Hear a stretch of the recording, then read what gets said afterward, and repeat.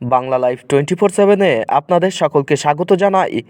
বাংলাকে ঠান্ডা করতে 2 মিনিট সময় লাগবে, পিএম মোদির কথা উল্লেখ করে হুঁশিয়ারি দিলীপ ঘোষের।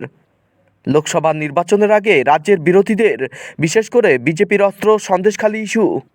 সেই প্রসঙ্গে বিজেপি সাংসদ দিলীপ ঘোষ এদিন মমতা বন্দ্যোপাধ্যায় এবং তৃণমূলকে আক্রমণ করে রাজ্যকে ধ্বংস করার অভিযোগ করেছেন। সঙ্গে তিনি বলেছেন, প্রধানমন্ত্রী নরেন্দ্র মোদী যদি কাশ্মীর সমস্যাকে মিটিয়ে ফেলতে পারেন, তাহলে বাংলায় ছড়িয়ে পড়া নৈরাজ্য ঠান্ডা করতে 2 মিনিট সময় লাগবে। সন্দেশখালীতে উত্তেজনা ও সেখানকার প্রধান অভিযুক্ত প্রাক্তন তৃণমূল নেতা শেখ শাহজাহানের গ্রেপ্তারের দেরি নিয়ে তৃণমূলের তীব্র সমালোচনা করেছেন দিলীপ ঘোষ। তিনি বলেছেন, গুন্ডা ও ধর্ষকদের তৃণমূলের পতাকার নিচে সুরক্ষা দেওয়া হয়। বিরোধী ও মিডিয়ার চাপেই তাকে গ্রেপ্তার করা হলো বলে মন্তব্য করেছেন তিনি।